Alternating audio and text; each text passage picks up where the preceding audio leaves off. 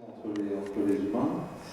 Il y a un problème d'éthique dans la façon dont on est gouverné, certainement, dans la façon dont les grandes entreprises gèrent leurs affaires. Enfin, il y a des problèmes d'éthique un peu partout et l'éthique, ça ne se décide pas, ça ne se décrète pas. Et pour moi, à partir de mon cheminement personnel et professionnel, je pense que l'éthique, ça ne peut venir que de la spiritualité, en fait. Ça peut venir de quelque chose, en tout cas, qui est plus grand que l'homme, qui dépasse l'être humain. Donc c'est pour ça que je voudrais vous parler de spiritualité, mais le problème c'est que le mot spiritualité fait un peu peur. Soit il y a un rejet, soit on considère que c'est idiot, ça n'a pas lieu d'être. Alors bon, moi comme beaucoup, certainement parmi vous, j'ai eu une éducation religieuse. Voilà, j'étais baptisé, j'ai fait ma communion, et puis à l'adolescence j'ai rejeté un peu tout ça, parce que c'était un peu trop puéril, un peu trop infantile, c'était un peu trop Père Noël, quoi, disons. Le Dieu qui récompense les gentils, qui punit les méchants, etc. C'est un peu trop simpliste, disons, comme façon de présenter les choses. Donc j'ai rejeté la religion, et avec la religion, j'ai rejeté tout ce qui était du domaine spirituel, disons. Et je me suis dit, pour comprendre le monde, parce que j'avais des questionnements sur, voilà, qu'est-ce qu'on fait là, pourquoi on est là, comme tout le monde, qu'est-ce que la vie, quel est le sens de la vie. Je me suis intéressé à la science, donc j'ai fait des études de science. Je me suis dit, la science peut expliquer, elle va finir par expliquer tout ce qu'on ne comprend pas finalement. Et en faisant des études de science, il se trouve que j'avais des copains qui eux faisaient philo, donc on avait beaucoup de discussions sur la science, la philosophie. Je m'intéressais aussi un peu à la philo, j'ai lu quelques bouquins, bon, voilà, mais bon, ma formation est plutôt scientifique quand même. Et puis au cours de mes études de sciences, au départ je voulais être enseignant en sciences naturelles, comme on disait à l'époque. Et finalement j'ai bifurqué vers le journalisme scientifique. Mais j'avais toujours ce questionnement, bien sûr, qu'on a tous, d'ordre philosophique, métaphysique ou quoi que ce soit, quel que soit le nom qu'on veut lui donner. Et un jour, je suis tombé sur une émission de télé qui parlait d'un livre. Donc j'ai acheté le livre, j'ai lu ce livre, et ce livre parlait des expériences de mort imminente. Donc c'est un phénomène dont je vais vous dire quelques mots tout à l'heure, parce que c'est vrai que ça a transformé clairement ma vision du monde. Parce que ces expériences, bon, je ne vais pas m'avancer sur la présentation, mais ces expériences, je me disais pourquoi les gens inventeraient des histoires comme ça n'a aucun sens. Pourquoi, alors que justement ils ont beaucoup de mal à les raconter, il y a certainement quelque chose à creuser derrière ça, quoi. Et à partir de là, c'est vrai que je suis rentré de l'autre côté du miroir, on peut dire, et je me suis aperçu qu'il y avait tout un tas de phénomènes comme ça qui étaient inexpliqués, et qui ouvrait sur peut-être une dimension inconnue de l'humain, ce qu'on peut appeler une dimension transcendante, et que peut-être qu'on n'est pas simplement des bouts de chair qui pensent, quoi. Peut-être un peu plus que ça.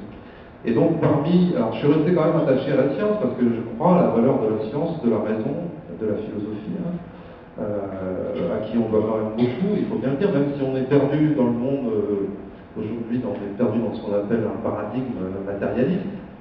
C'est vrai que la science a quand même apporté beaucoup de progrès, il faut bien le dire, la médecine, etc. On ne peut pas rejeter tout ça non plus d'un bloc et basculer dans l'irrationnel, parce que pour le coup, on est encore plus perdu, quoi. C'est pas vraiment une solution.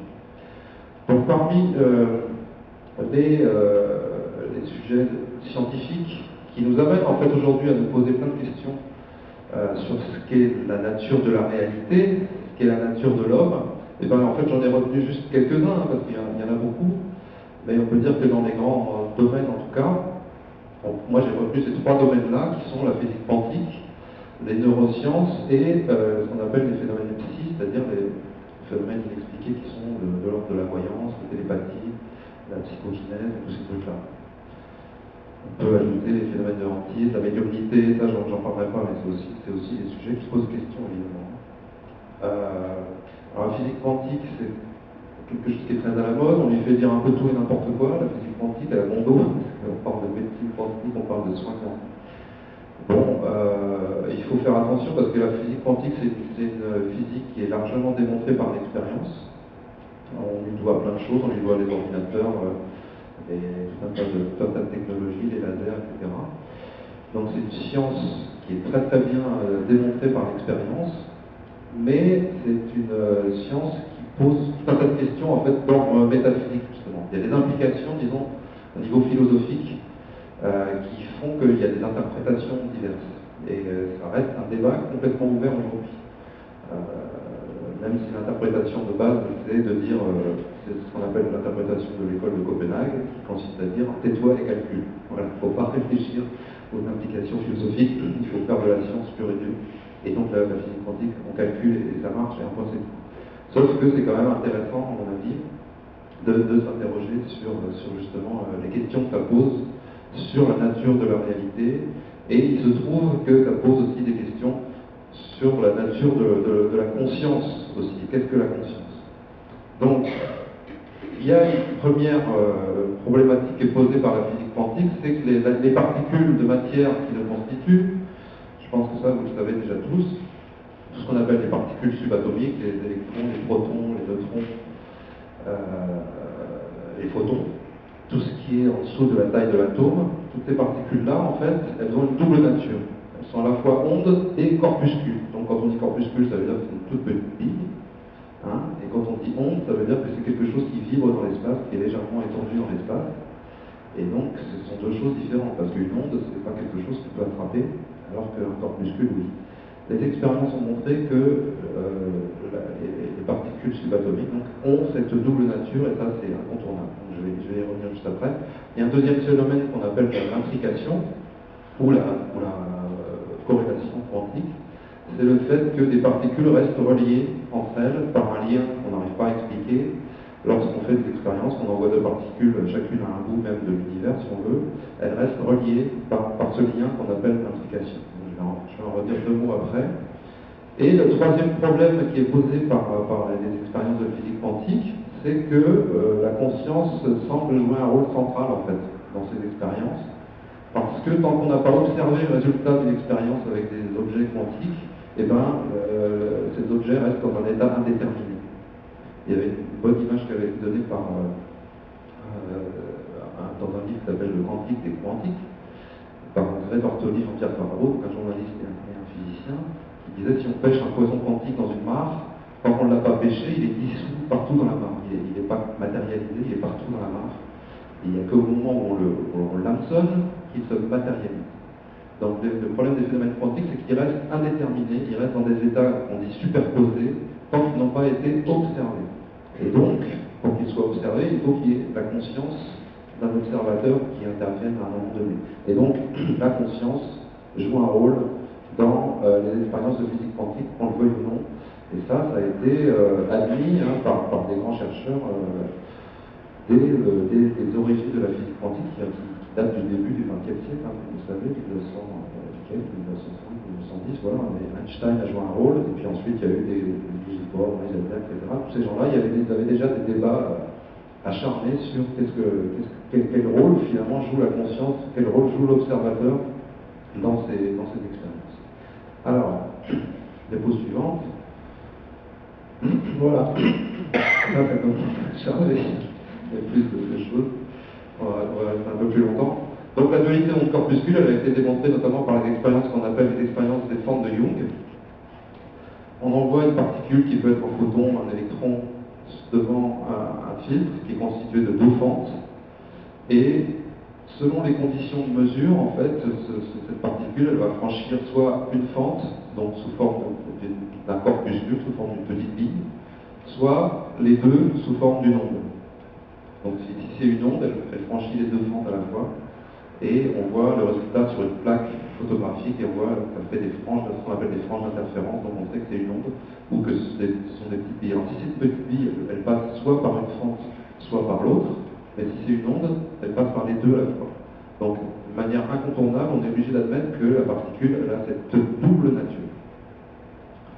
Donc si elle est à la fois onde et corpuscule, ça veut dire qu'elle est en fait ni l'un ni l'autre. En tout cas, elle est ni seulement l'un, ni seulement l'autre. Elle a la double nature, et ça nous pose déjà un problème de logique, parce que nous, notre logique, qui est héritée d'Aristote, on est beaucoup sous l'influence d'Aristote, beaucoup plus que de Platon en fait. La logique d'Aristote, c'est que voilà, une chose est comme ça, elle est blanche ou elle est noire, une porte est ouverte ou fermée, donc ça marche pour les portes, ça marche pour un certain nombre de choses, mais ça ne marche pas pour la particule. La particule, elle a une double nature, ce qui fait qu'on ne peut pas dire qu'elle est soit onde, soit corpuscule, elle est les deux à la fois. Elle est les deux à la fois, donc elle est à la fois ni l'un ni l'autre. Donc on a déjà une logique à 3 ou 4 valeurs, et on va voir que dans plusieurs traditions spirituelles, il y avait déjà cette façon de penser qui incluait une logique à 3, 4 ou 8 valeurs. On a ça dans l'hindouisme, dans le bouddhisme, et aussi dans la tradition occidentale, en fait, on peut le retrouver. Alors, les expériences de gomme quantique, elles ont permis de confirmer en fait cette double nature. Ce sont des expériences dans lesquelles on fait pareil, on fait partir une particule avec un système de fentes, comme dans les fentes de Young, et donc elle franchit, selon le dispositif qu'on a choisi, elle franchit les fentes sous forme d'onde, et on met ce qu'on appelle une gomme quantique, c'est-à-dire qu'on met un détecteur derrière une fente, et quand on met un détecteur là, on force la particule à adopter un comportement de corpuscule, puisque justement on a mis ce détecteur pour la détecter, pour détecter son passage, donc en fait on détecte le passage d'une ligne. Et alors ça c'est le détecteur, pardon, et la gomme quantique consiste à supprimer la détection. Et on supprime la détection, et bien qu'on fasse ça après qu'elle ait franchi la fente, donc elle a franchi la fente sous forme de bille, et bien si on supprime le détecteur après qu'elle ait quand même passé la fente, elle redevient une onde.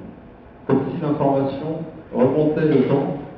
Alors là on a un problème avec la nature du temps, qui est fondamentale, c'est qu'on a l'impression que, enfin c'est une des interprétations en tout cas de ces expériences-là, c'est que la particule, elle sait qu'on va la détecter de telle ou telle façon et que finalement elle change son comportement en fonction de la façon dont on va la détecter.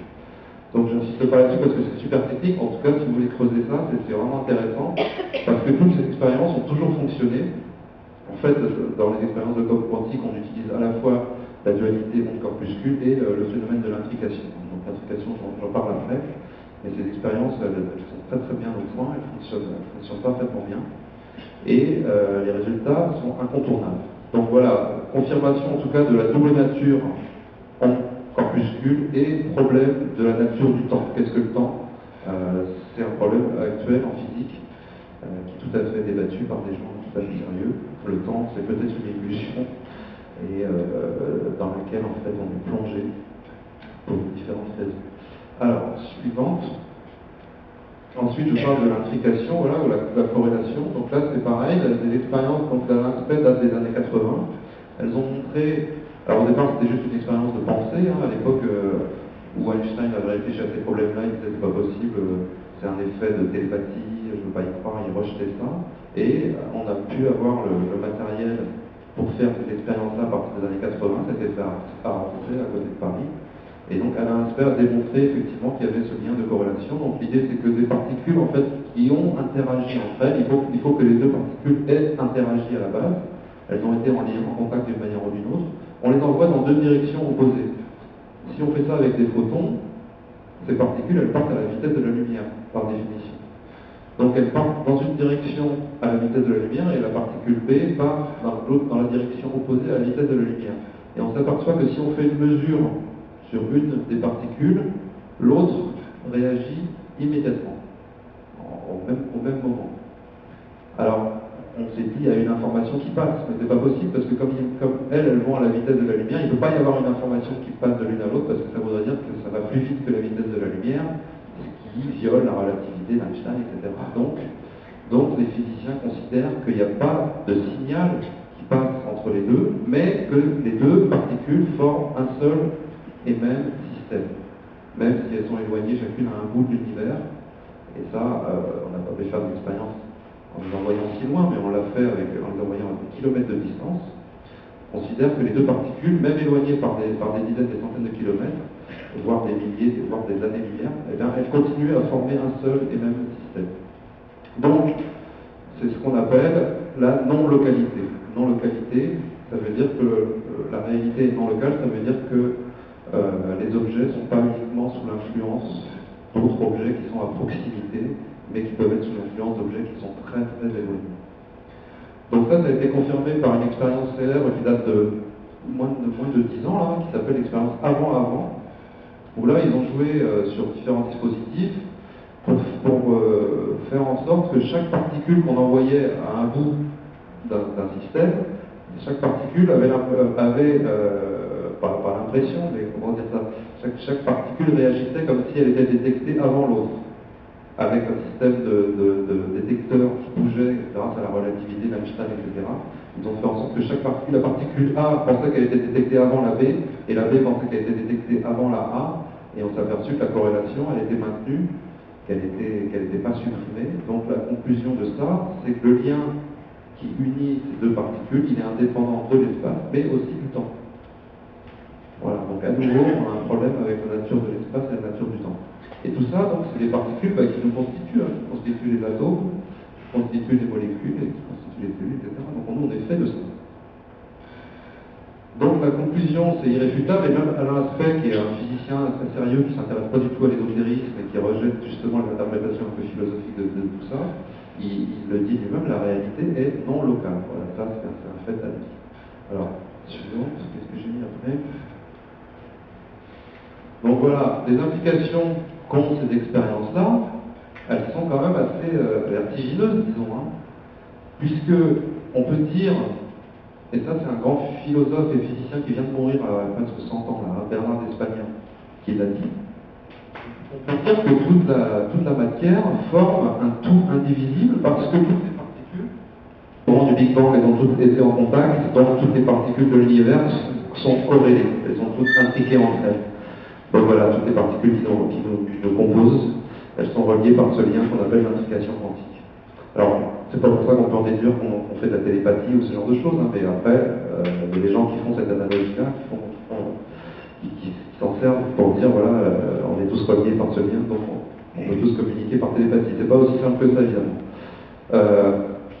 Le deuxième point clé, c'est que la conscience fait advenir en quelque sorte la réalité, parce que il faut que, comme je vous l'ai dit, il faut qu'un phénomène, une expérience, un phénomène quantique, quel qu'il soit, il faut qu'il soit observé pour qu'il y ait un résultat qui soit mesurable. C'est la fameuse expérience du chat de Schrödinger, vous savez, qui reste mort ou vivant, enfin mort et vivant à la fois, tant qu'on n'a pas observé le résultat. Alors c'était une expérience de pensée, ils n'ont pas fait avec des vrais chats, je précise. Donc la conscience de l'observateur, c'est ce que nous disent plusieurs physiciens aujourd'hui, en fait, c'est comme si notre conscience, elle extrayait de l'information dans un champ d'information qui est autour de nous, et l'interaction de notre conscience avec cette information-là, ça donne l'espace-temps. Voilà, de sorte que notre espace-temps, c'est une forme de projection. C'est un hologramme ou quelque chose comme ça, il y a plusieurs interprétations possibles, mais le réel, fondamentalement, il n'est pas tel qu'on le perçoit. Ça c'est sûr. Ce qu'on perçoit, c'est simplement ce que nos sens sont capables de reconstituer et que notre cerveau est capable d'intégrer à partir de nos sens. Donc il faut comprendre qu'il y a donc l'invisible. Il y a l'invisible.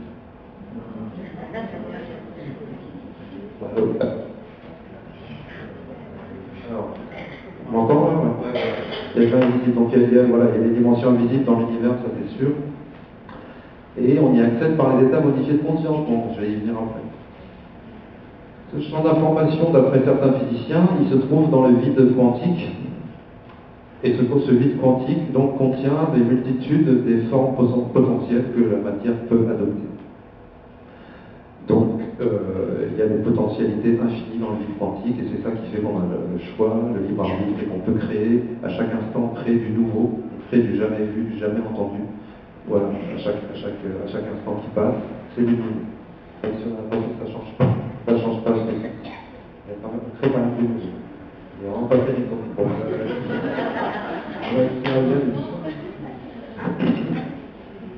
donc une façon de comprendre ça, c'est de dire que l'espace et le temps sont une forme de projection, une forme d'illusion. On doit bien reconnaître que la matière, c'est quand même quelque chose de solide. Quand on se prend un mur, on est tous d'accord que ça fait mal. Je vous ai mis une image qui vient du livre de Philippe Guillemant, avec qui j'ai collaboré pour son deuxième livre. Donc Philippe Guillemant, c'est un physicien du CNRS, donc il a tout le crédit sérieux. Lui, il nous dit qu'effectivement, on est comme dans un tunnel, dans lequel, donc il y a les trois dimensions d'espace, et on avance dans ce tunnel, et c'est la dimension temps. Donc c'est l'espace-temps dans lequel on a l'impression de vivre. Sauf qu'en fait, ça c'est pas la réalité. La réalité, elle est beaucoup plus vaste, et notre vie, c'est juste ce tunnel. Donc à l'intérieur du tunnel, c'est un temps qui est illusoire, Et le temps réel, lui, c'est le temps dans lequel bouge le tunnel. Et le tunnel, c'est notre vie. C'est notre tunnel de vie avec le passé qui est derrière, le futur qui est devant. Mais, comme on le voit, le tunnel existe, donc il y a le passé qui existe encore et le futur qui existe déjà. Donc là, ça commence à être compliqué.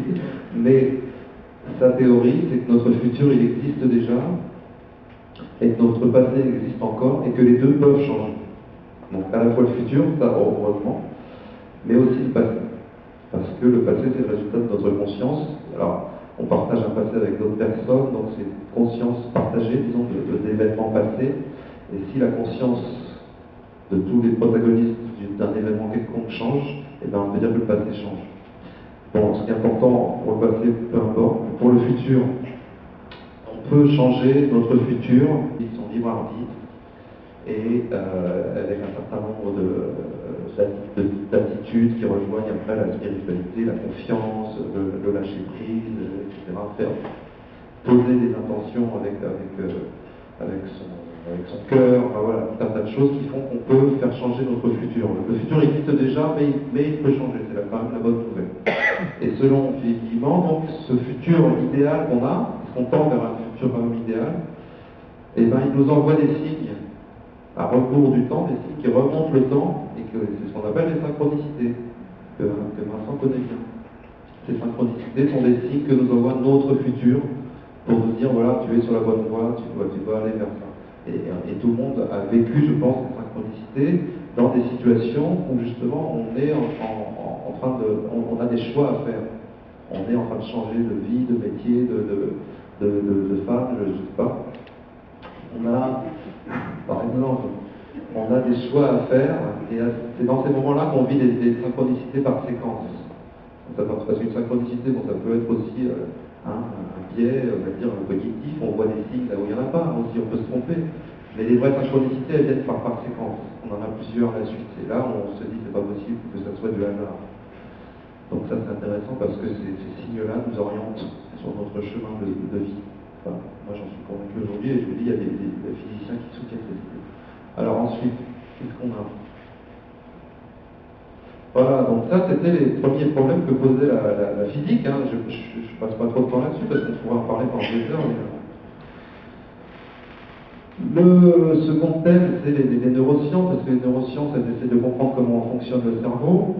Mais dans les neurosciences, il y a aussi les sciences humaines, il y a la philosophie, il y a aussi la psychologie, voilà, ce qui se passe dans le cerveau. Le cerveau, c'est des états neuronaux, mais on a aussi une vie mentale, psychique. Et ça, dans le monde actuel, dans la vision scientifique actuelle, ça n'existe pas. La vie mentale, la vie psychique, c'est juste le résultat de l'activité des neurones. Ça, on a des grands scientifiques qui défendent cette idée-là. Notre conscience, c'est juste une forme d'illusion, parce que tout ça, ça se réduit à des échanges entre neurones. Bon. Alors, pourtant, il y a plein de questions irrésolues dans le domaine des neurosciences, à commencer par ce qu'on appelle le problème difficile de la conscience, donc que je vais exposer après, les états modifiés de conscience, dont les fameuses expériences de mort imminente dont je vous ai dit tout à l'heure. Les TCC, c'est les thérapies cognitivo-comportementales, donc je vais dire un mot aussi. La lucidité terminale, c'est un phénomène assez étrange, qui est constaté aussi aujourd'hui par plusieurs chercheurs. Et le syndrome savant, donc les cas de syndrome savant, notamment chez les autistes savants. Donc je ne sais pas si oui, je crois que j'en reparle après. Et des gens qui sont capables d'avoir accès à des informations extraordinaires, qui sont capables de compter, qui sont des calculateurs prodiges par exemple, ou alors ils ont une mémoire phénoménale, ou alors ils sont capables de reproduire des morceaux de musique en les ayant entendus une fois, etc. Donc ça, je vais en dire un peu après. Tout ça, c'est des phénomènes qui sont mal expliqués par les neurosciences, mal compris. Alors, le problème difficile de la conscience, c'est un philosophe australien qui l'a posé, qui s'appelle David Chalmers. Qu'est-ce que c'est? Eh bien, il dit les problèmes faciles, c'est ce qui se passe dans mon cerveau quand je fais des choses simples. Par exemple, quand je perçois, voilà, je vois quelque chose, il se passe ceci dans ma rétine, mon nerf optique, mon nerf visuel, je l'intègre et voilà, je vois. Donc ça, c'est relativement facile entre guillemets, c'est des problèmes faciles entre guillemets. Quand je suis attentif, voilà, on sait ce qui se passe dans le cerveau quand je concentre mon attention sur quelque chose, on sait ce qui se passe quand je bouge un doigt, etc. Par contre, il oppose ça à un problème difficile qui prend en fait plusieurs formes. Et notamment l'expérience subjective, le fait qu'on se pense comme en pouvant dire je, qu'on a une expérience unique, singulière, qui n'est pas la même, et qu'en plus, personne ne peut accéder à mon expérience du monde. Personne ne peut voir le monde à travers mes yeux. C'est la même chose pour tout le monde. Chaque expérience qu'on a de la réalité, c'est une expérience de conscience qui est unique, qui est individuelle. On a beau faire une exploration, on va pouvoir creuser dans le cerveau pendant des années, on ne va jamais être capable de savoir ce que je pense, et notamment quels sont mes affects, mes sentiments, etc. Donc l'expérience subjective, c'est en soi un problème qui fait partie du problème difficile. Après, il y a ce qu'on appelle des qualia, qui sont les propriétés de l'expérience sensible. Alors, par exemple, qu'est-ce que le rouge? Eh bien, on est d'accord. On va dire, moi je vois le pull rouge, et puis tout le monde va dire oui, moi aussi, mais peut-être que vous n'avez pas la même vision du rouge, peut-être que vous voyez finalement du gris. Bon, on voit tout ça qu'avec les daltoniens, le problème se pose déjà de manière très claire. On a une perception d'une longueur d'onde, mais on n'est pas sûr que tout le monde la voit de la même façon. Donc ça fait partie des problèmes difficiles. La perception des couleurs ou de quoi que ce soit. Les sensations, donc la douleur, la faim, l'apathie par exemple, et donc les affects, les sentiments, les émotions, les passions, tout ça c'est des choses qu'on n'arrive pas à expliquer simplement à partir du fonctionnement du cerveau. Donc ça veut dire que les neurosciences, elles ont encore du chemin à faire pour nous dire tout ça. Donc quand on nous dit qu'il n'y a pas de transcendance, il n'y a rien qui dépasse l'homme, tout se réduit à la matière, il faut quand même d'abord pouvoir expliquer tout ça avant de pouvoir dire qu'il n'y a rien à chercher, qu'il n'y a rien à voir. Donc le jour où on aura expliqué tout ça, on aura fait un grand pas. Alors, qu'est-ce qu'on a ensuite? Voilà, donc les questions qui se posent aux neurosciences, c'est ça, est-ce que vraiment la conscience c'est simplement l'activité du cerveau? Ou, comme le disent beaucoup de chercheurs aujourd'hui, est-ce que le cerveau il sert à filtrer de l'information qui se trouve autour de nous et qu'on transforme en expérience d'espace? Beaucoup de gens qui disent voilà, le cerveau c'est comme un émetteur-récepteur. Alors on prend l'image de la radio qui émet, qui reçoit, qui émet. C'est un peu simpliste, mais bon, en tout cas ça donne une idée de la façon dont pourrait fonctionner le cerveau. Le cerveau il capte des informations qui sont là dans le vide quantique par exemple, qui sont autour de nous partout. Dans les dimensions, par exemple, cachées, la physique des corps, il y a 10 dimensions, ou il y en a 10 ou il y en a 11. Peut-être dans cette dimension-là, il y a de l'information. C'est probable d'ailleurs, et le cerveau agirait comme une sorte de filtre.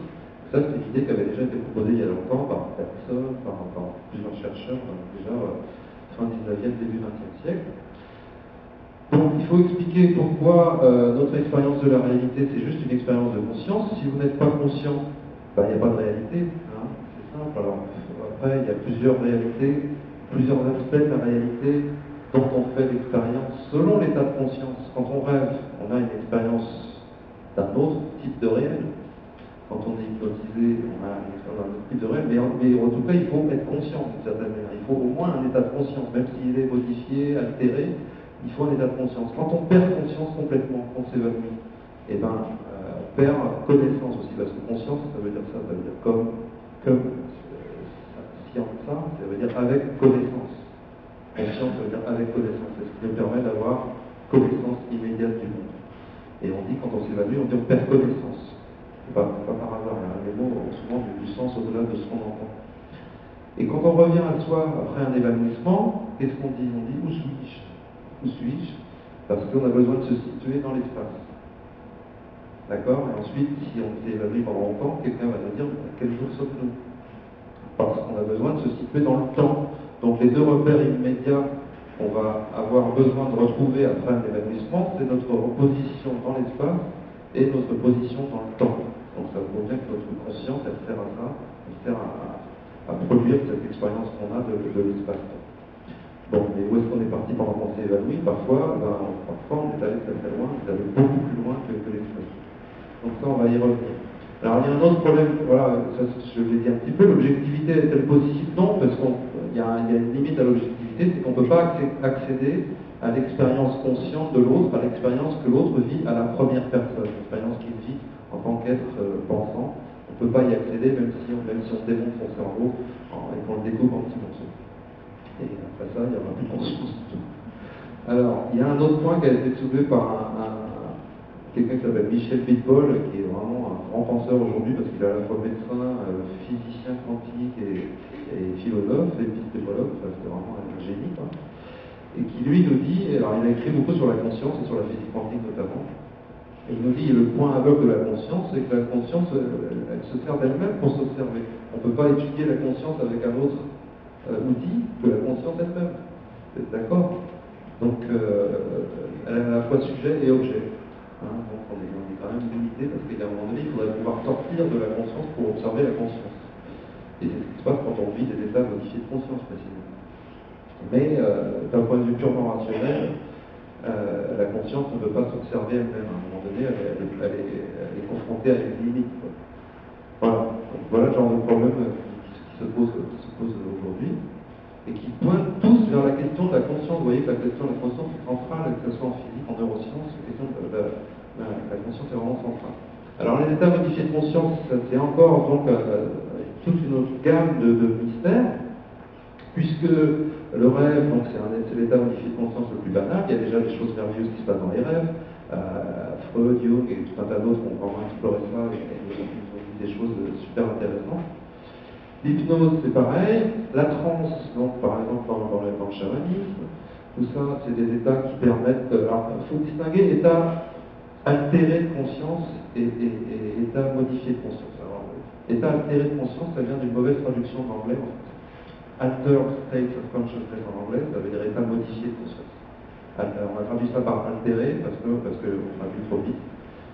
Et altéré, alter en anglais, ça veut dire modifié. Du latin alter, qui veut dire autre. Donc quand on dit état altéré de conscience, on sous-entend que la conscience elle est diminuée. Et oui, effectivement, dans les rêves, on n'a pas toute sa conscience. Dans l'hypnose non plus, on n'est pas tout à fait soi-même.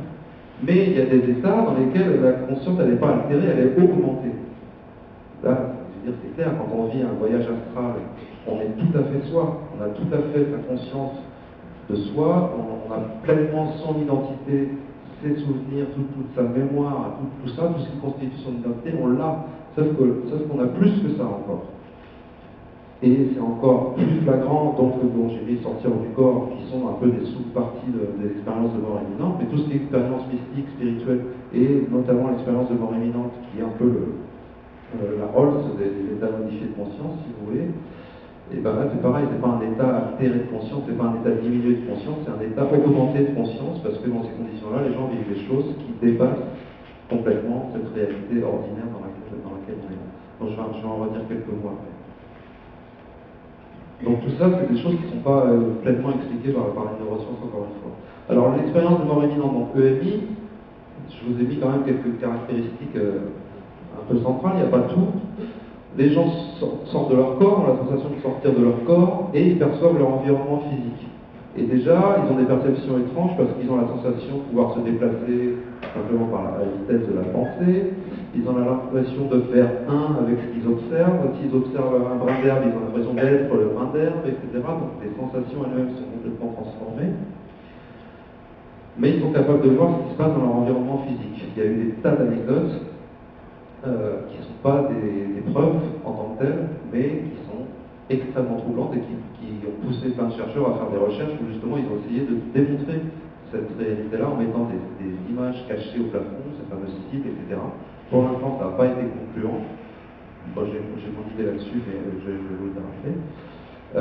En tout cas, si on a mis en place cette expérience dans des dizaines d'hôpitaux à travers le monde, c'est que les témoignages qu'on avait des personnes qui avaient frôlé la mort, qui avaient vécu ça, étaient concluants, parce que ces gens-là avaient vu des choses qui étaient confirmées par la suite par les médecins, par les soignants, par les proches, etc. Oui, effectivement, tu m'as vu en train de prendre un coca dans la salle d'attente quand on t'opérait, oui, effectivement, j'ai pris un coca. Alors, ça relève simplement de l'anecdote, hein, c'est pas de la preuve scientifique, mais il y a ce qu'on appelle un faisceau de présomption, hein, ça va dans le sens que, effectivement, la sortie du corps, elle semble bien réelle.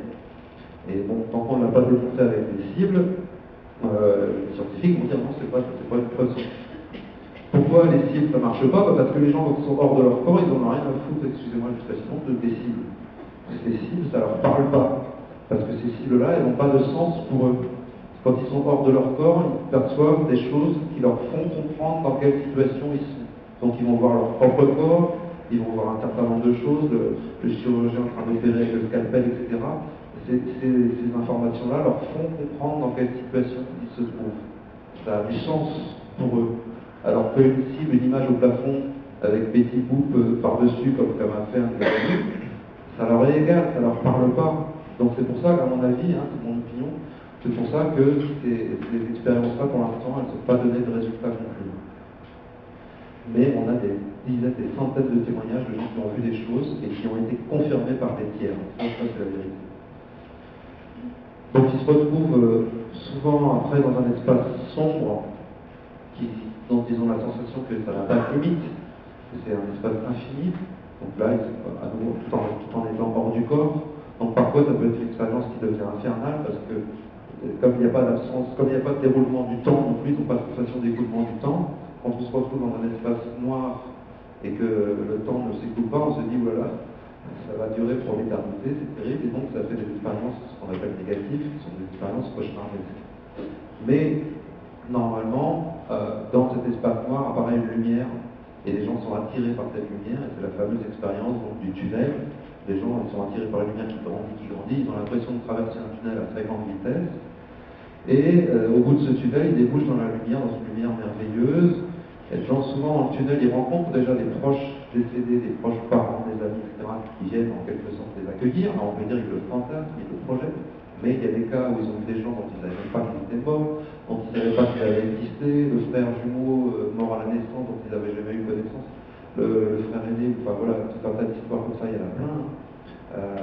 Des gens qui rencontrent des proches dont ils ne savaient pas voilà, qu'ils avaient eu un frère, une sœur, un frère aîné, mort avant leur naissance. Il y a plein de cas comme ça. Donc, il y a des raisons de penser que les proches ne sont pas des perceptions fantasmées projetées. Donc ils se retrouvent dans cette lumière, et cette lumière elle est assimilée à une énergie d'amour incommensurable, etc., extrêmement, enfin, qui n'a rien à voir avec l'amour terrestre qu'on peut ressentir même pour ses enfants, etc. Et c'est en même temps une source de connaissance infinie. Il y a aussi la présence systématiquement d'une présence, donc, que les gens vont appeler un guide, un ange, quoi que ce soit, mais il y a une présence qui va, alors parfois certains disent c'est Jésus, c'est un tel, et cette présence va en quelque sorte les guider, les aider à comprendre ce qu'ils font là, à comprendre quel est le sens de la vie, pourquoi ils ont une chance de revenir, et qu'est-ce qu'ils ont à faire. Qu'est-ce qu'ils ont à faire, c'est aimer. Ils veulent revenir, ils doivent aimer.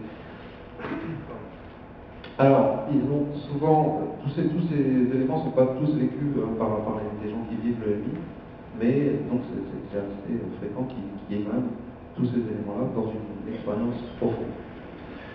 Il y en a qui revoient toute leur vie défiler devant leurs yeux. Comme il n'y a pas de déroulement, il n'y a pas d'écoulement du temps, et ben, ils ont la sensation de voir toute leur vie en un seul instant. Donc voilà, essayez de comprendre ça, c'est compliqué déjà. Ils revoient toute leur vie, et ils voient tous les détails et toutes les petites choses en fait qui n'avaient pas d'importance apparemment au moment où ça a été vécu, qui finalement sont les choses importantes. Ce sont toutes les situations où on n'a pas donné le meilleur de nous-mêmes, disons voilà, on a manqué d'amour en fait dans nos actes. Et ça s'est revu du point de vue de son propre point de vue et du point de vue des autres personnes qui sont impliquées dans toutes ces scènes-là. Ça c'est intéressant parce que on a à la fois le point de vue intérieur et extérieur, et on comprend tout ça, on comprend là où on a manqué d'amour dans nos actes, dans nos pensées, et voilà. Le retour dans le corps, ça se fait comme quand on met un gant trop étroit, un vêtement.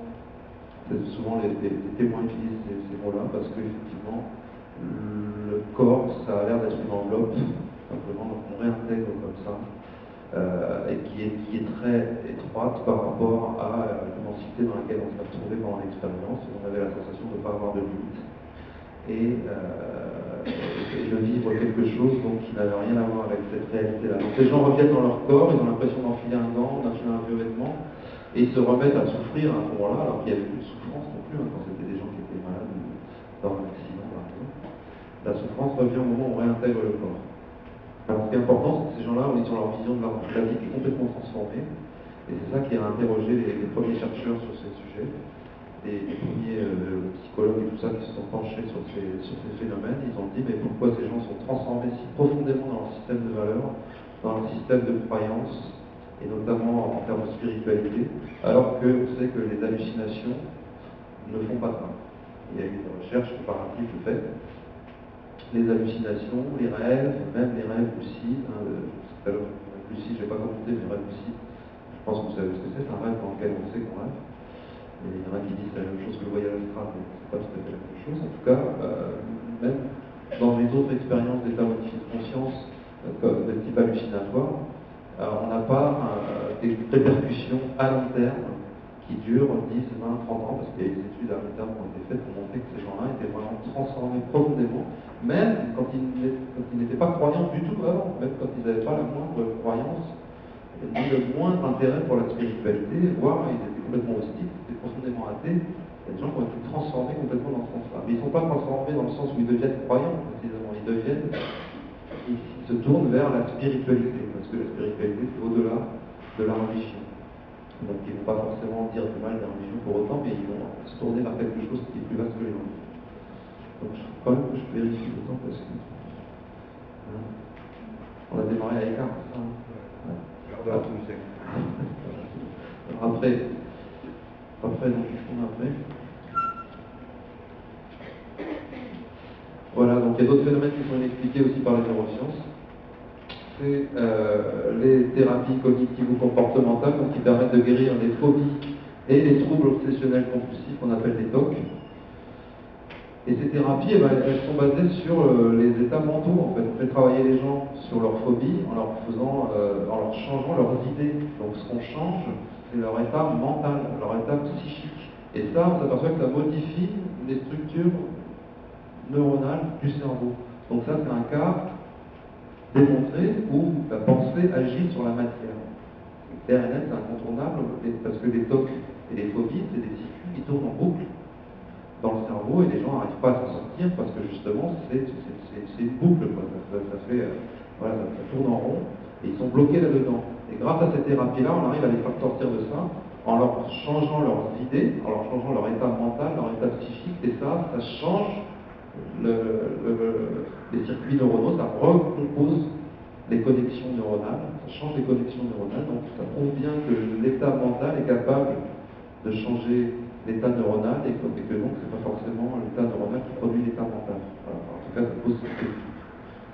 La lucidité terminale, c'est un phénomène incroyable qui a été étudié notamment par Michael Nahm en Allemagne. Ce sont des gens qui sont en fin de vie avec des pathologies graves, type Alzheimer ou démence, toutes ces sortes de choses, où les gens n'ont plus de mémoire, n'ont plus de lucidité, n'ont plus de conscience, et juste avant de mourir, quelques jours, quelques heures avant, ils retrouvent toute leur lucidité pendant quelques heures, quelques instants, ils retrouvent tous leurs souvenirs, ils sont capables de reconnaître des proches qu'ils ne reconnaissaient pas depuis des mois, et ils sont capables de se souvenir de poèmes, enfin de tout un tas de choses. Ils ont cet instant qu'on appelle la lucidité terminale, alors que leur cerveau est irrémédiablement lésé, puisque ces pathologies comme l'Alzheimer, elles abîment les neurones et on ne peut pas récupérer de la mémoire si la mémoire se trouve dans les neurones. Si elle se trouve dans le cerveau d'une manière ou d'une autre, on ne peut pas la récupérer, c'est impossible, puisque ces neurones sont produits, toutes ces zones cérébrales sont complètement abîmées.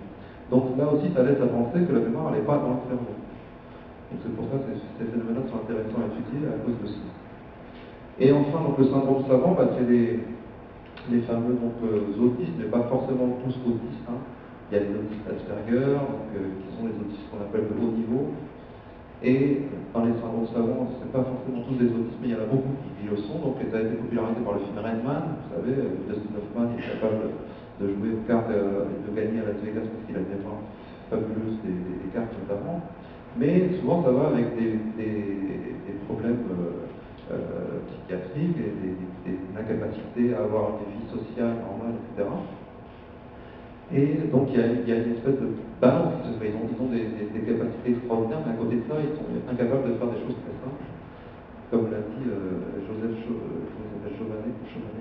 Lui, il est génial parce qu'il est très marrant. En plus, il dit on peut avoir un prix Nobel et être incapable de dire bonjour d'une manière socialement acceptable. C'était à la télé il y a quelques jours. Donc peut être incapable de dire bonjour de manière socialement acceptable parce que c'est des codes que tout le monde ne partage pas, et par contre, lui, il connaît des encyclopédies entières, par cœur, etc. Il y a le cas de Daniel Tammet, qui est quelqu'un d'origine anglaise qui aujourd'hui parle, je sais pas, 20-30 langues, et qui a récité des décimales du nombre pi pendant 5 heures. Il a récité des milliers de décimales qu'il avait mémorisées, mais sous forme d'un paysage en fait. Pour lui, c'était pas des suites de chiffres, c'était un paysage avec des couleurs, des formes et des textures. Voilà comment il le décrit. Donc pour lui, il a mémorisé ce paysage, il a fait cette épreuve dans une université devant des caméras de télévision il y a une dizaine d'années, et il a récité donc toutes ces décimales de pi sans erreur pendant, je crois, 5 heures. Après, il y en a d'autres qui survolent une ville en hélicoptère pendant quelques dizaines de minutes, une heure, et qui ensuite reviennent et décident sur un canevas immense toute la ville dans ses moindres détails, sans erreur. Ben voilà, donc ce sont des gens, pareil avec ceux qui sont capables de reproduire des morceaux de musique sans avoir appris la musique, c'est ça de mieux. Et ceux qui décident n'ont pas appris le dessin non plus. Donc des gens qui entendent un morceau de musique et qui sont capables de le rejouer au piano d'une manière parfaite. Voilà, bon, c'est des gens qui ont l'oreille absolue, qui sont capables d'évaluer des mesures de manière super précise, etc. Ce sont des gens en fait qui extraient l'information. Hein, c'est comme ça que moi je le vois, ils extraient l'information autour d'eux d'une manière beaucoup plus efficace que ce que nous on est capable de faire. Alors que leur cerveau est censé ne pas bien fonctionner à la base. Donc comment expliquer que ça vient du cerveau? C'est impossible. C'est absurde, hein, c'est pas logique de dire que tout ça se passe dans le cerveau. C'est leur cerveau, il marche mal. Et comment il serait plus performant alors que justement il fonctionne mal. Donc voilà le genre de choses auxquelles on est confronté. Et en plus, je l'ai mis, en plus il y a certains d'entre eux, parce que j'ai fait un article pour Nexus sur ce sujet-là, et j'ai eu des témoignages de parents et de chercheurs qui nous disent qu'en plus ces personnes-là, il y en a qui sont capables effectivement de capacités psy, c'est-à-dire qu'ils sont capables de voyance, de télépathie, ce genre de choses, ils lisent dans la pensée. Alors c'est pas non plus systématique, c'est pas un truc de foi, hein, mais il y a des cas de voyance et de télépathie qui sont avérés en plus chez ces gens-là. Ils ont des capacités extraordinaires, alors que ça devrait être le contraire. Donc ça nous mène au phénomène psy sur lesquels je vais passer rapidement. La perception extrasensorielle, donc la voyance, la télépathie, ce genre de choses, l'accès à l'information sans passer par les 5 sens, et sans qu'il y ait de limitation d'espace ou de temps. Ce qu'on appelle la PK, donc c'est la psychokinèse et la biopsychokinèse, c'est la capacité d'agir sur la matière inerte ou vivante par le pouvoir de la pensée ou de l'intention. Donc j'en donne quelques exemples après. Alors les expériences de Darwin ont montré, c'est un psychologue qui a publié dans des revues scientifiques, revues à comité de lecture, ces expériences s'appellent Sentir le futur. Donc il donne 2 exemples. Il donne à des étudiants à mémoriser une liste de mots, par exemple 20 mots, et ensuite il y aura une sélection de 10 mots à taper sur l'ordinateur. Et on s'aperçoit que les mots qui ont été les mieux mémorisés quand on fait quand on les questionne après la première liste, donc avant qu'ils les tapent, on s'aperçoit qu'en fait ils mémorisent mieux les mots qu'ils auront à taper ensuite. Donc c'est comme s'il y avait une influence du futur sur leur mémorisation de la liste. Je ne sais pas si je me suis fait bien comprendre, si sur les 20 mots qu'ils doivent apprendre, il y en a 10 qui doivent taper après, et ben, ils vont mieux retenir ces 10-là avant même de les avoir tapés. Donc c'est comme s'il y avait une influence du futur qui agissait au moment de la mémorisation. Comme s'ils savaient à l'avance qu'ils allaient devoir mémoriser ces mots-là. Donc c'est une expérience qu'on fait beaucoup parler d'elle, hein, ça fait l'objet de pas mal de controverses. Il y a une autre expérience, c'était donc il y a un écran divisé en 2 parties, et derrière, il y a 2 caches de 2 rectangles noirs par exemple, et derrière un des rectangles il y a une image, et la personne doit choisir de quel côté il y a l'image, et voilà. Et on a des résultats qui sont supérieurs au hasard. Ça a été fait dans plein de labos, dans plusieurs pays, et les résultats, même si sa taille d'effet est faible, c'est-à-dire que le résultat n'est pas tellement supérieur à 50%, mais il est quand même au-dessus, et surtout, les statistiques permettent de dire qu'il y a une chance sur 100 milliards que ce soit dû au hasard. Donc on peut raisonnablement exclure l'hypothèse du hasard. C'est comme ça que les statistiques travaillent, c'est la même chose pour l'efficacité des médicaments. On a des résultats beaucoup plus fiables pour ça que pour l'efficacité de certains médicaments, je peux vous dire.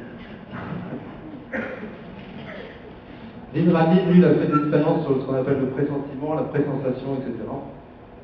On mesure des paramètres comme les battements du cœur, la pression artérielle, la conductivité de la peau qui sont révélateurs d'un stress.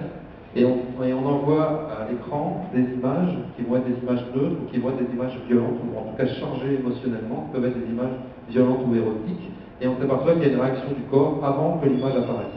Quand l'image va être violente ou érotique, et la réaction n'est pas la même en plus, la réaction est plus forte que quand l'image va être neutre.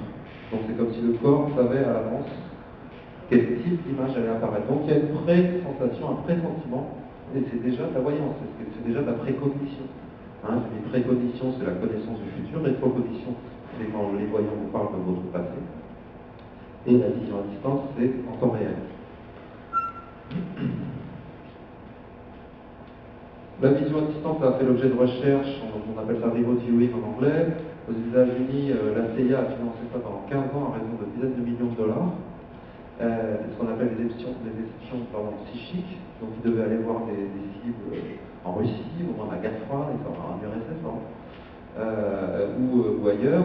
Et il y a eu des résultats tout à fait spectaculaires. Mais c'est des recherches qui ont été, après c'est resté secret, ça c'est des documents déclassifiés, donc on sait que ça a été fait pendant des années. Mais on peut croire que ça continue aujourd'hui, hein, parce que c'est secret défense évidemment. Et parallèlement, il y avait des recherches sur ce thème-là qui étaient menées dans un cadre civil, notamment au Stanford Research Institute, par les chercheurs qui s'appellent Russell Targ et Harold Butoff, qui ont eu aussi des résultats extraordinaires, où donc la vision à distance, ça consiste à voir en temps réel une cible qui est cachée, ça peut être aussi bien cachée dans une enveloppe que cachée à l'autre bout du monde. Voilà, je passe rapidement là-dessus parce que je vois qu'il y a un échange quand même avec vous. Ouais. La psychokinèse et l'opsychokinèse, on a aussi des résultats d'expérience extraordinaires. Tout ça, c'est des choses qui sont publiées dans des revues scientifiques. Hein. Le problème, c'est qu'on n'a pas de modèle pour expliquer ça. C'est pour ça que ça passe pas au journal de 20 heures, si vous voulez. Sinon, ça serait accepté par tout le monde. On n'a pas de modèle pour expliquer ça parce qu'il faut réécrire toute la physique, évidemment, pour arriver à rendre compte de ce phénomène. Mais les preuves scientifiques en termes de statistiques, de phénomènes observés, reproductibles, etc., elles sont là. Il y a des dizaines et des dizaines de publications, il y a des centaines de données qui ont été recueillies dans différentes conditions. Hein. Le problème, c'est que tant que ce n'est pas expliqué par la physique et par les neurosciences, donc, ça ne fait pas consensus, comme on dit parmi les scientifiques. Donc, c'est pour ça que beaucoup de chercheurs aujourd'hui essayent de réécrire justement une nouvelle physique qui puisse rendre compte de tout ça. Donc, Jean-Pierre Girard, par exemple, il a fait des expériences de tension de métal sur des barres d'alliage qui étaient faites par l'usine Péchinet, qui avait fait un alliage spécial qui est intordable même par le plus balèze des culturistes. Hein. Ce qui en plus, la barre de fer, elle était dans un tube en verre. Et lui, simplement, il passe la main dessus, comme ça, au-dessus, sans la toucher, et il tord la barre. Et en plus, ils ont mesuré, ils ont observé ça au microscope électronique, ils se sont aperçus qu'il avait modifié la structure au niveau atomique de ces barres. Ça, alors après, le problème, c'est que lui, après, il a fait un peu le pharaon, et comme on lui a demandé de reproduire ça sans arrêt, il y a quelques fois où il a un peu triché, et ça a discrédité tout ce qu'il avait fait. Mais ces expériences-là, elles sont avérées, elles ont été publiées, et les chercheurs, je peux vous dire qu'ils ne croyaient pas de leurs yeux. Bon, il y avait Uri Geller aussi, c'est pareil, Uri Geller, après, il a fait un peu du cirque et tout ça, donc discrédite un peu tout ce que ces gens-là ont fait, mais c'est des gens qui ont produit des vrais résultats dans le cadre d'expériences vraiment contrôlées.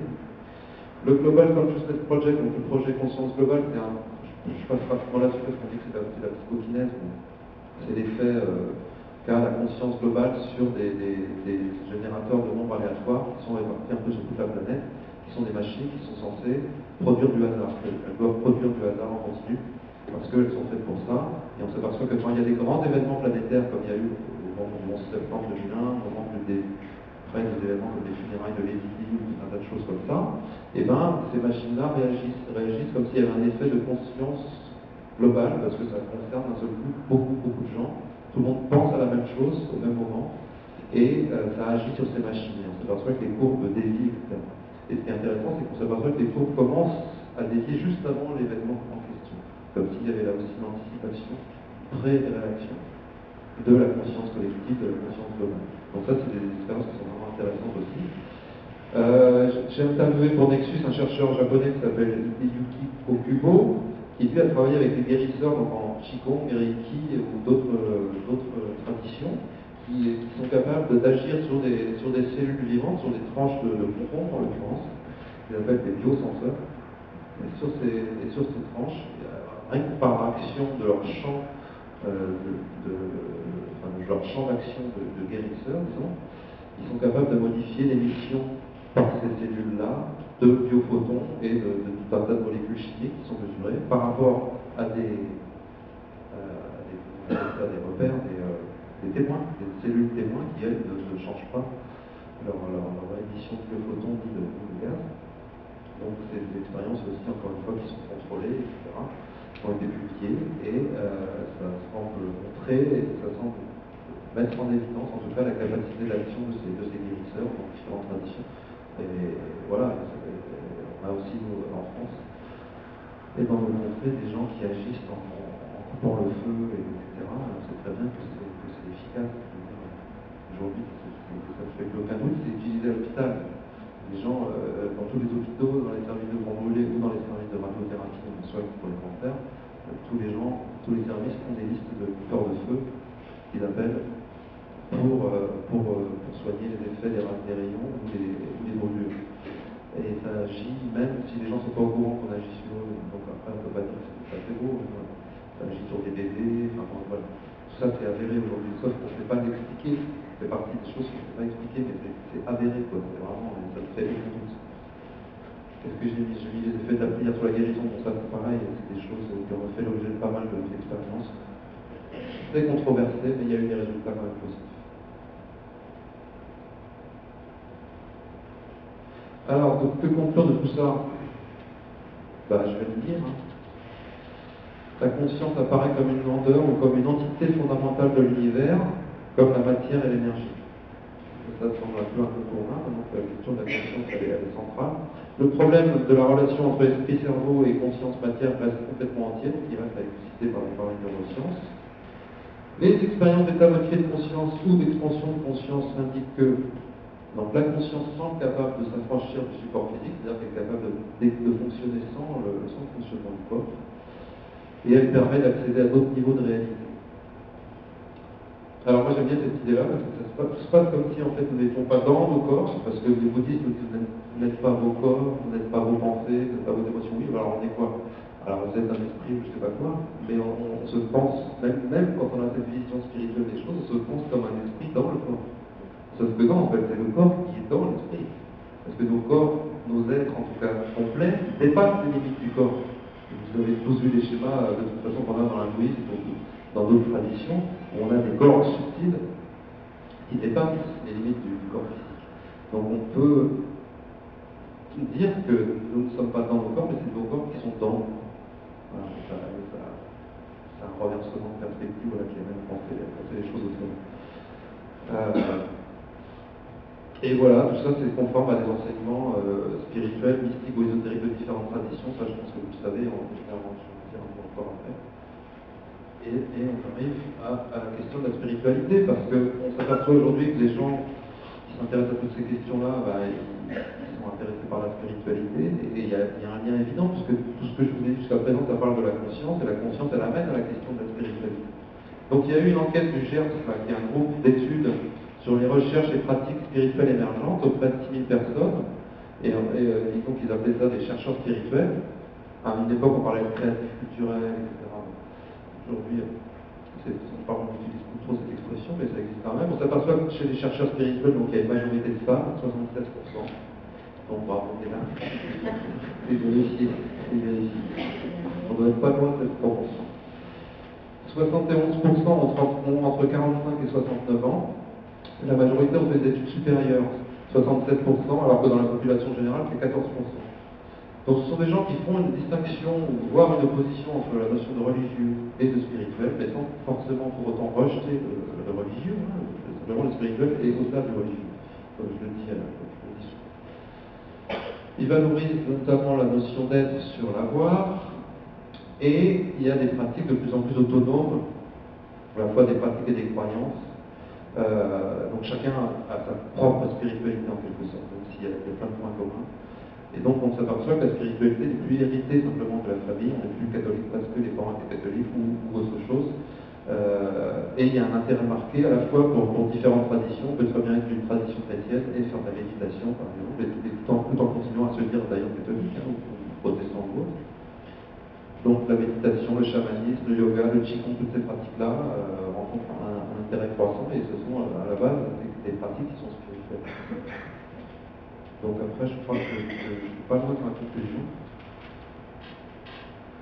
Alors la spiritualité laïque, pourquoi laïque? Parce que c'est compliqué, quand on parle de spiritualité, pour les gens qui ne s'intéressent pas à ça, c'est soit du discours religieux, soit du discours sectaire. Sectaire, New Age. Beaucoup de gens, quand on va parler de spiritualité, ils vous prennent soit pour un croyant, pur et dur, soit pour un allumé. Quoi.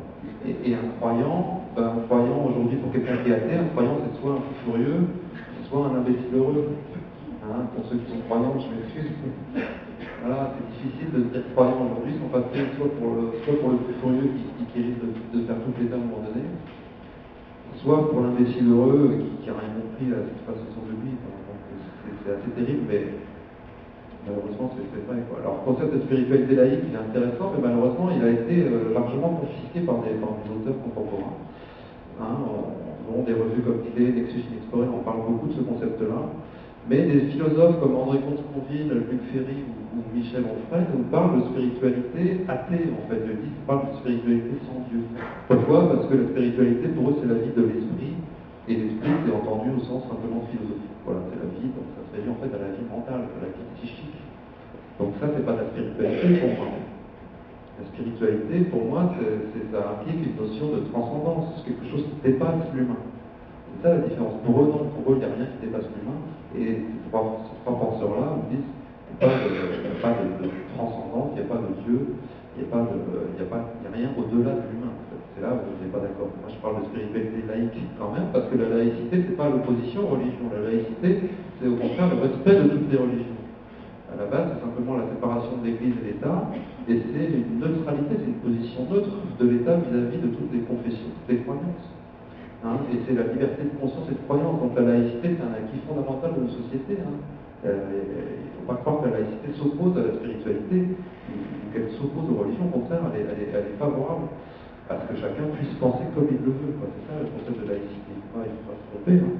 Donc spiritualité laïque, ça ne veut pas dire spiritualité athée du tout. Hein. Moi, je ne suis pas d'accord du tout avec ça. Elle n'est pas anti-religieuse, mais méta-religieuse au sens, voilà, au-delà des religions. C'est comme ça que moi je la vois.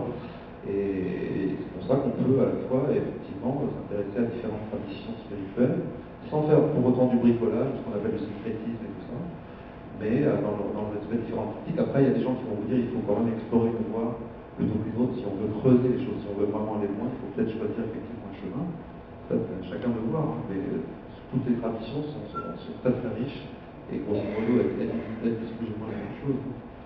Donc la science nous amène à penser trois niveaux de reliance, à la fois la reliance entre les individus, le lien qu'on a avec la nature, là il faut réinventer ça parce qu'on voit bien à quel point on a fait du mal à la planète, et le lien, la reliance avec une dimension transpersonnelle qui peut être considérée comme une source transcendante, on peut appeler Dieu ou pas, on n'est pas obligé, mais en tout cas quelque chose qui dépasse l'humain clairement. Alors moi j'aime bien la notion de non-dualité parce que vous avez beaucoup d'enseignants aujourd'hui qui vous parlent de ça, de non-dualité. C'est le fait que si effectivement, alors de toute façon de deux choses l'une, hein, soit il y a une source transcendante, soit il n'y en a pas. Hein, soit l'existence elle se poursuit après la mort, soit il n'y a rien. Et là, pour le coup, on est dans un truc binaire. Donc si, dans l'hypothèse où il y a une intention dans l'univers et qu'on est créé par cette intention, et bien en fait on est déjà des êtres spirituels, on est déjà des êtres réalisés, il n'y a rien à chercher. Ces enseignants-là, ils nous disent qu'il n'y a rien à chercher, il n'y a rien à faire, on est déjà ce qu'on cherche. Donc ces enseignements-là, ils sont intéressants parce qu'ils nous obligent à nous dire, mais c'est vrai, mais qu'est-ce que je cherche? Je cherche juste à être bien, à être heureux. Et eux, ils nous disent, attention, si vous cherchez quelque chose que vous avez déjà, en fait, vous vous éloignez de ce que vous cherchez. Le fait même de dire je cherche, ça induit une distance qui en fait est illusoire. Cette distance-là n'existe pas, puisqu'on est déjà ce qu'on cherche. Vous voyez, donc ça, c'est des enseignements qui sont vraiment intéressants. Ça vient de l'hindouisme, de l'Advaita Vedanta, etc. Donc c'est très philosophique aussi. Mais ça oblige les gens ça les déstabilise en fait. Quand on dit, mais c'est le fait même de chercher, quand on dit je suis un chercheur spirituel, le fait même de chercher crée une distance entre moi et ce que je cherche, et cette distance-là, elle n'existe pas. Hein, donc ça, c'est une voie. Donc il n'y a rien à faire. Bon, alors qu'est-ce qu'on fait maintenant? Non, il faut être. Voilà, il faut être, exister pleinement tel qu'on est. Et certains vont dire, voilà, il faut se relier au soi, se relier à son être intérieur, à son être plus profond, etc. Donc là, après, chacun voit ça comme il veut. Notamment, par exemple, moi j'aime bien, je suis sûr que beaucoup d'entre vous connaissez Eckhart Tolle, qui a écrit Le pouvoir du moment présent. Et ben, il s'inscrit un peu dans cette tradition de la non-dualité. Il dit simplement, voilà, la seule réalité, c'est le présent. Alors, il n'est pas d'accord avec les guillemets pour le coup, mais en tout cas, la seule réalité qu'on vit, c'est le présent. Le passé, il existe dans nos souvenirs, le futur dans nos fantasmes, dans nos attentes. La seule réalité dont on fait l'expérience, c'est le présent. Donc le pouvoir du moment présent, c'est un livre qui a touché énormément de gens parce que c'est très très simple et très très vrai. Je vous encourage à le lire si vous ne l'avez jamais fait. Et moi, j'aime bien aussi retourner le truc de Descartes, c'est un peu l'erreur de Descartes, c'est un peu ce qui nous a plombé en Occident, en France, notamment avec la démarche cartésienne. À la base, Descartes il voulait prouver l'existence de Dieu, on se trompe beaucoup sur ce qu'est le cartésianisme. Et quand Descartes dit je pense donc je pense qu'il se gourre en fait, parce qu'il y a un état de conscience avant la pensée. C'est l'état qu'on atteint quand on fait de la méditation, on atteint des états profonds méditatifs. On a simplement un état de conscience d'être et de conscience d'exister. Et ça, c'est en amont de la pensée. On ne pense pas à ce moment-là. Parce que justement, le but de la méditation, c'est de faire taire toute pensée. Donc, on est capable d'atteindre un état de conscience dans lequel on est simplement. Donc, c'est ce que disent les hindouistes. Donc, ils disent je suis. Voilà, je suis. J'existe, je suis. Je suis donc, je pense. Voilà. Je pense, ça vient après pour moi. Donc, ça, c'est pareil. Ça nous oblige à renverser un peu les choses. Et je pense que ça fait pas de mal. Bah voilà, au final, j'ai pas de leçon à donner. Hein. Moi, je pense qu'il faut être bienveillant, il faut être compatissant avec ceux qui souffrent, etc.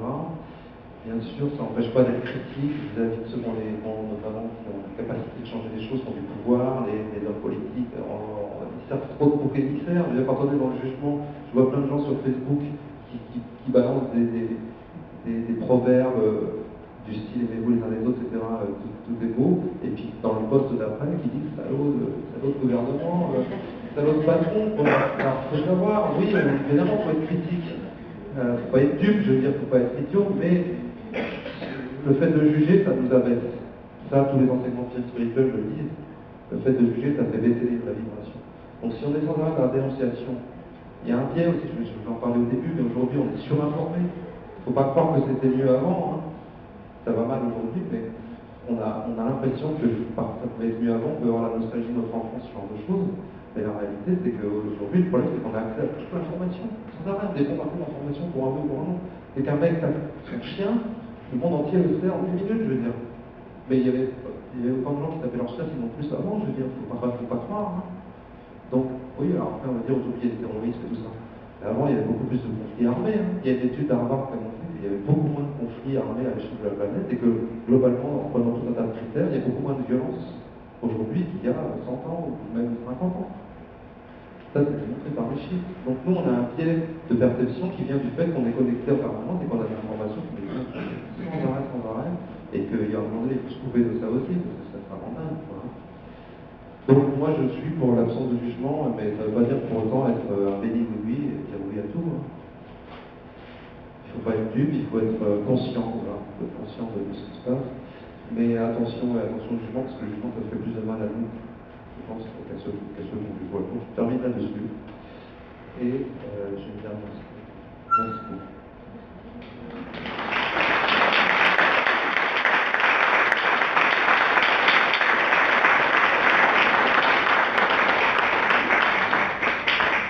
Voilà, je parle de tout ça dans 3 bouquins que j'ai fait dans notre collection de Stéphane Alick, notamment, où j'aborde un peu tous ces sujets. Et j'aimerais bien qu'on ait un petit échange si vous êtes encore un peu disponible.